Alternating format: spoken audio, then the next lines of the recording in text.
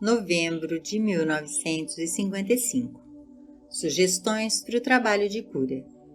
Durante uma viagem ao redor do mundo em 1954, encontrei muitos homens dispostos a concordar que pessoas com todos os tipos e formas de origens religiosas e ensinamentos, com cada método de abordagem, podem se unir na realização de duas coisas.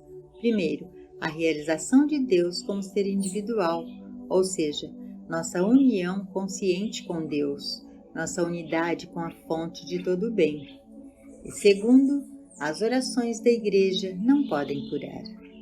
Um desses homens é o irmão Mandus, que após uma experiência individual descobriu que ele era um curador. Ele lidera a Cruzada Mundial de Cura, que opera nas igrejas protestantes de todas as denominações e em toda a Inglaterra, Irlanda, Escócia, País de Gales e Holanda.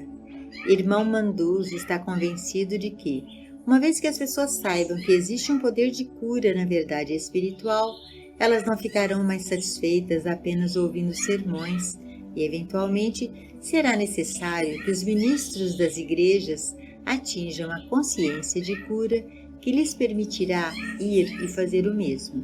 Os frutos disso já podem ser vistos em muitos ministros que estão estudando para atingir essa consciência de cura.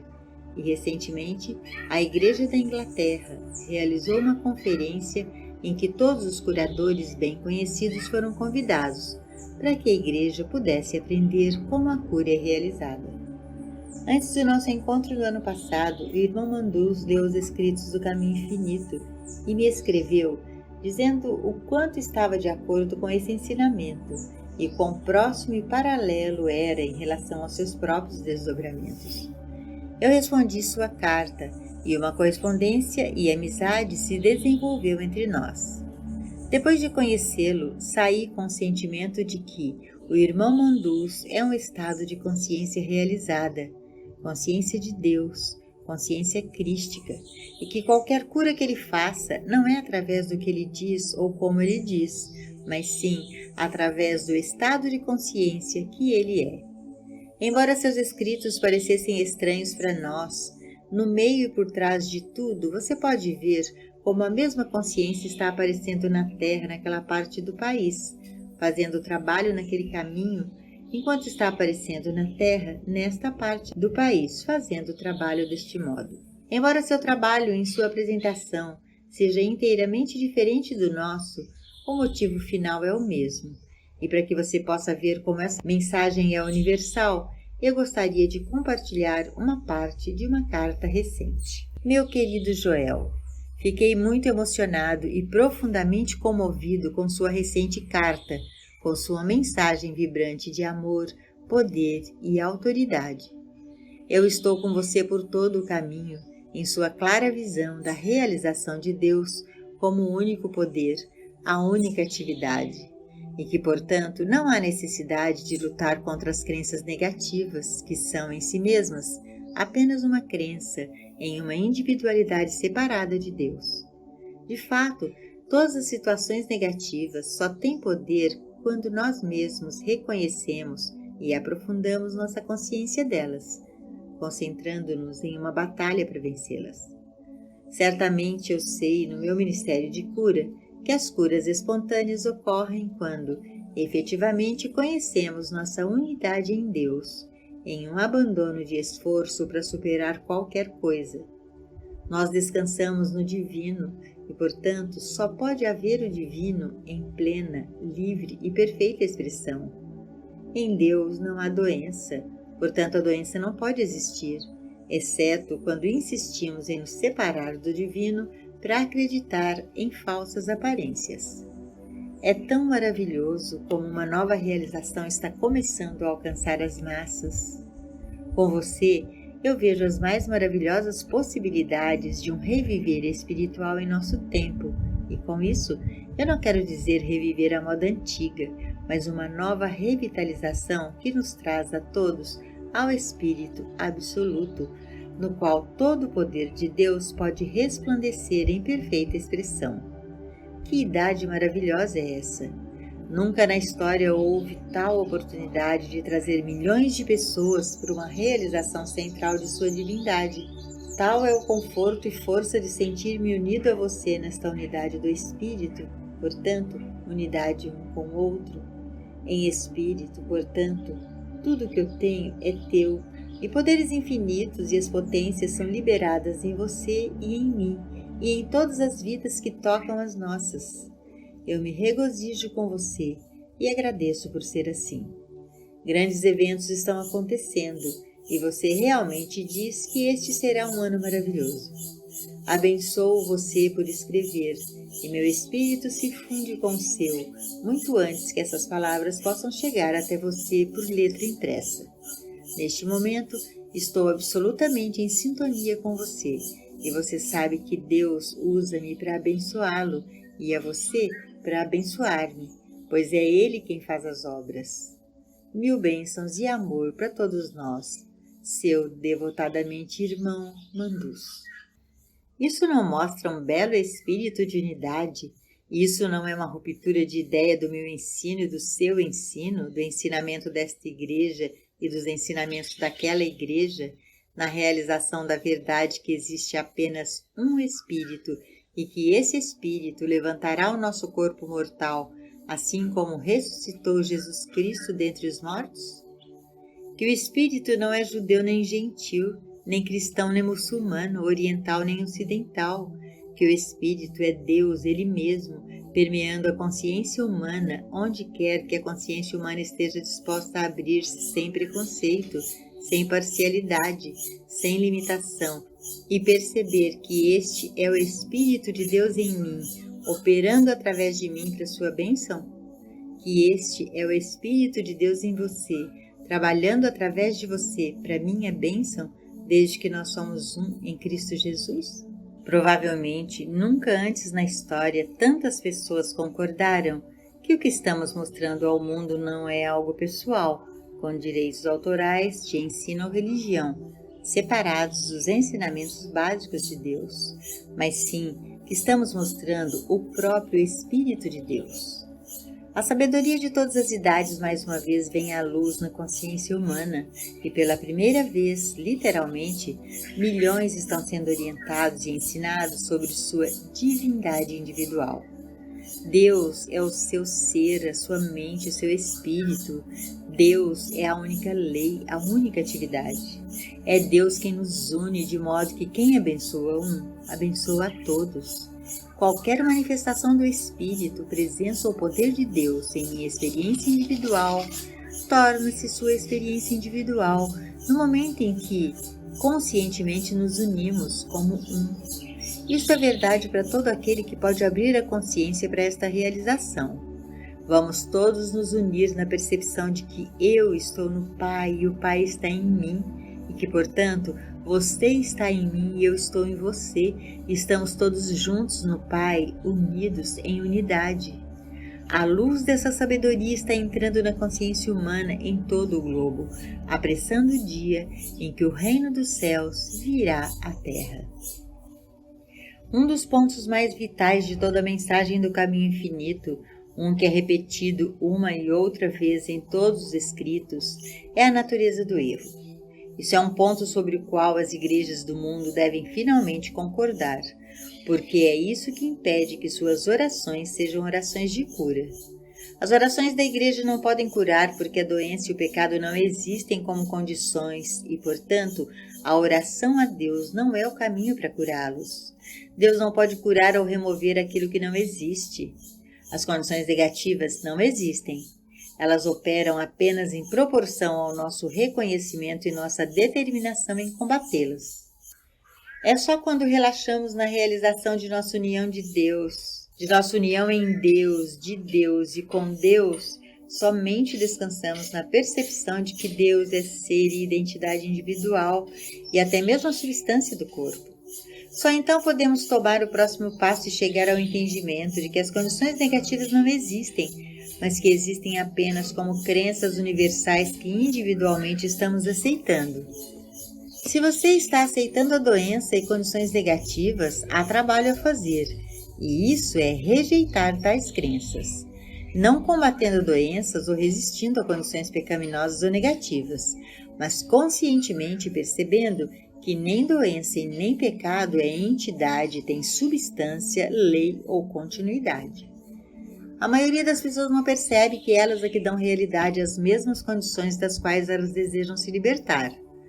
Tanto quanto elas gostariam de estarem livres de condições e pensamentos errados, persistem em demonstrar mais do negativo do que do positivo. Como exemplo, eu gostaria que você me seguisse nessa ilustração.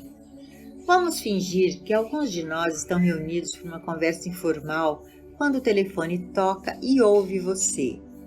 Eu acabei de receber uma mensagem dizendo que Joel está muito doente. Qual é a sua resposta? Você me vê, você me ouve e, julgando pelas aparências, você sabe que é um boato e você não está nem um pouco perturbado. No entanto, suponha que eu não estivesse no quarto quando a ligação foi recebida. Sem dúvida, você teria dito: Joel nos ajudou, agora vamos ajudá-lo. E então todos teriam tentado ajudar-me, mas teria sido apenas um boato. Mesmo se eu estivesse doente e você tivesse alguma ideia de que você teria o poder de trazer uma cura, você seria incapaz de me ajudar, a menos que você fosse capaz de dizer: isso é apenas um boato. Se você pudesse aceitar, apesar das aparências, a verdade de que isso é apenas um boato, eu teria uma cura instantânea, porque a sua afirmação de que seria apenas um rumor teria sido baseada no seu reconhecimento espiritual de que eu não tenho vida separada de Deus, nem mente, nem alma, nem espírito, nenhum ser, nenhum corpo separado de Deus. E, portanto, qualquer coisa diferente disso que é verdade sobre Deus seria boato, aparência, crença falsa. É exatamente dessa maneira que damos poder aos pecados e doenças que nos afligem. Quando o boato vem sob a forma de uma dor no nosso corpo ou de outra pessoa, nós aceitamos como um fato sobre o qual devemos fazer alguma coisa. Isso por si só desonra a Deus, porque se há algo a ser feito que Deus já não tenha cuidado, não há muito que você possa fazer. Quaisquer discórdias que estejamos sofrendo e quaisquer que sejam as discórdias daqueles que se voltam para nós, são devidas ao fato de que estamos aceitando rumores como fatos e, em seguida, tentando fazer algo sobre eles. Toda discórdia vem como uma aparência, uma sugestão ou uma tentação de aceitar uma personalidade separada de Deus, aceitar uma condição separada de Deus. Todo o segredo da cura está em uma palavra: reação. Se, quando uma chamada por ajuda chegar, você reagir com um sorriso e disser: boato, tentação, aparência, bobagem, belas curas serão realizadas. Mas no momento em que você responde com preocupação, como se na verdade houvesse algo a ser superado, removido, resistido, refutado, aí, nesse mesmo grau, você teria aceitado a batalha, e uma vez tendo levantado a espada, você teria que lutar até o fim. É por essa razão que muitas vezes lutamos com as condições física, mental, moral ou financeira por longos períodos, porque não estamos lidando com elas como rumores a serem desconsiderados, mas sim como condições que devem ser superadas. Mesmo que você veja com seus olhos e ouça com seus ouvidos, isso não significa que é um fato. É uma imagem, uma aparência, um boato. Visível ou audível, ainda é uma crença mundial aparecendo para sua aceitação ou rejeição. Sempre que você receber uma chamada, seja do seu próprio corpo, do paciente ou do estudante, o imediatismo de sua reação e a capacidade resultante de descartá-lo como um boato é o grau de cura que é realizado. Pedir, procurar e bater. Pedi e dar-se-vos-á, buscai e encontrareis, batei e abrir-se-vos-á. Mateus 7:7.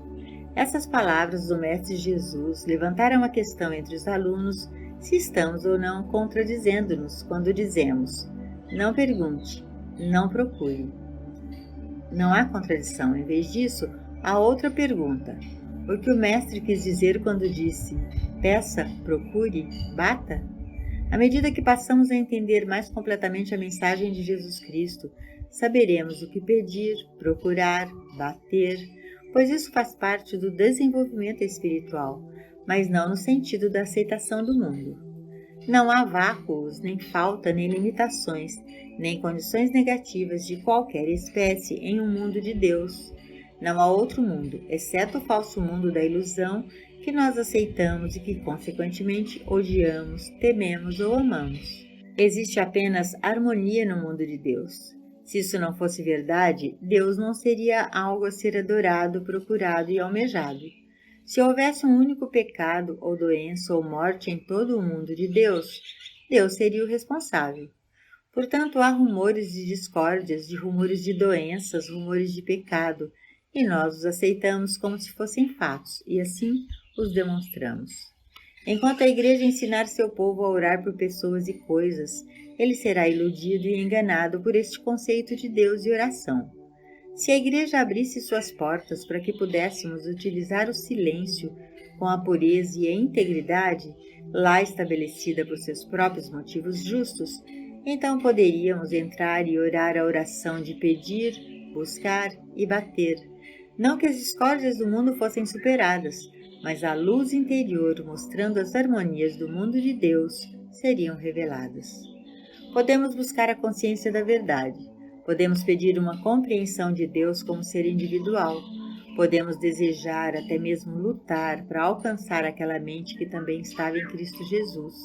Mas não podemos pedir ou procurar ou bater por uma coisa ou uma condição no reino externo, seja uma pessoa, uma cura, riqueza, emprego ou lar. Nosso trabalho não é o de tentar salvar ou curar ou redimir o mundo, mas a revelação de Deus como ser individual, que mostra a não realidade daquilo que está aparecendo como condições negativas. Neste ponto devemos nos unir, e me alegro quando encontro homens e mulheres que estão dispostos a concordar que o trabalho de cura espontânea ocorre não quando estamos lutando contra o pecado e a doença ou tentando superá-los, mas quando estamos nos unindo na consciência de nossa unidade com Deus. Vamos, portanto, buscar o reino de Deus. Vamos bater na porta da consciência para que a luz interior seja revelada. Vamos pedir sabedoria espiritual e então vamos entender a oração que revela o reino de Deus intacto aqui e agora e que revela a natureza ilusória daquilo que está aparecendo para nós como os erros do mundo. Não há praticamente um dia em que não aceitemos boatos sobre nós mesmos e sobre os outros.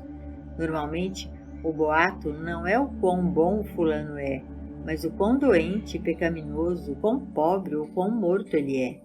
Ou achamos que é algo muito ruim e gostaríamos de fazer alguma coisa sobre isso, que é, naturalmente, aceitar o boato pelo valor de face, ou talvez achamos que ele merecia isso. Em ambos os casos, aceitamos o boato, e por tal aceitação de uma sugestão de um eu separado de Deus, nós adiamos o dia de nossa própria salvação. Toda pessoa ou condição negativa vem como um boato ou uma tentação de acreditar na realidade de uma pessoa ou condição negativa, e cada vez que você não desconsidera esse boato, você adia o seu próprio desdobramento espiritual. O que acontece com o outro companheiro realmente não é muito importante, porque, mais cedo ou mais tarde, ele deve acordar por si mesmo. Cada dia você deve aprender a rejeitar os rumores de condições negativas da mente, do corpo e do bolso que se impõem em sua consciência. Essa consciência da verdade não pode ser construída num momento. É o trabalho da eternidade, e assim o tempo não tem importância. Você vai entrar nessa consciência pouco a pouco, passo a passo. Como disse um hindu, é como descascar uma cebola, removendo uma pele de cada vez. Embora você possa parecer não estar fazendo muito progresso, eventualmente chega o dia em que você discerne o fato de que eu e o meu Pai somos um, e tudo está bem comigo e com o universo de Deus. Nessa consciência, não há mais um ataque contra o medo do erro, e nem a pergunta resultante do que você pode fazer sobre isso, porque o boato é descoberto instantaneamente no que toca sua consciência. Se você o aceita e sente que você não é igual a ele, você perdeu a oportunidade nesse caso em particular, e é bom que você peça a ajuda de um praticante. Mas, eventualmente, você deve perceber que isso não é uma questão de um praticante. Esta é uma questão de um boato, para ser aceito como um fato ou ser despachado.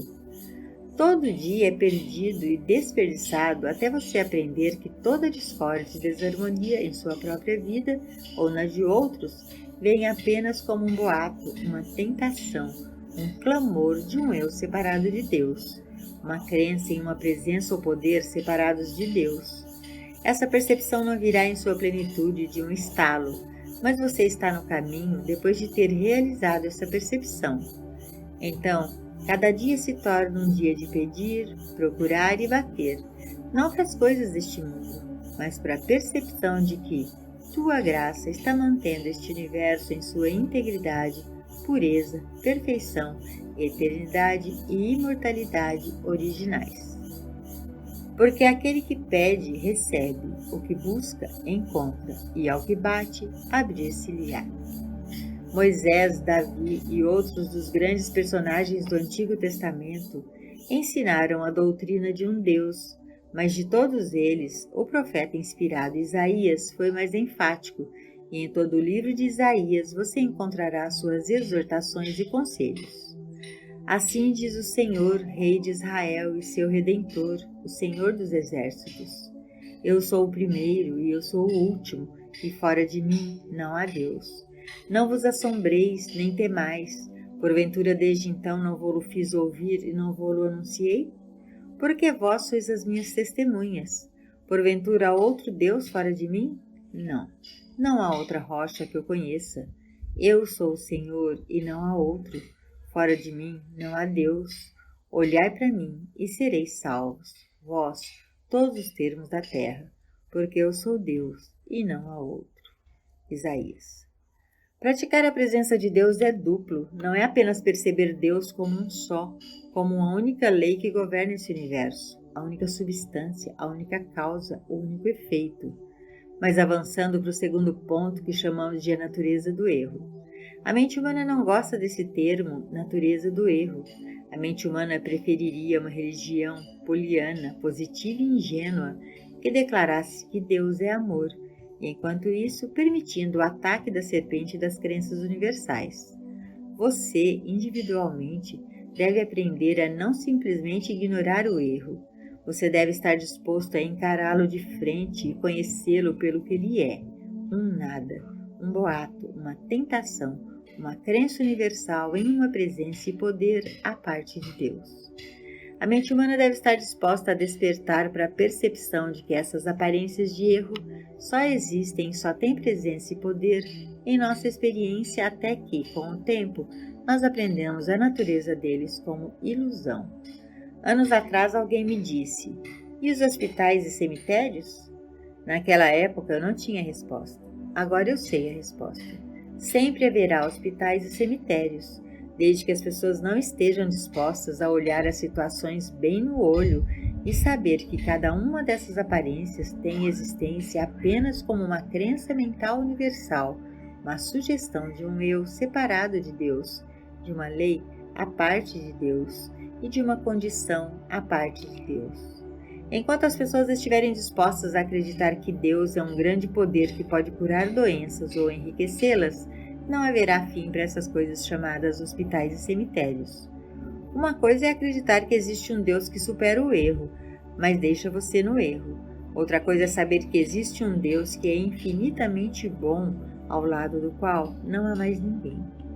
Você individualmente deve ser capaz de compreender a natureza daquilo que tem aparecido por gerações como pecado, doença e morte.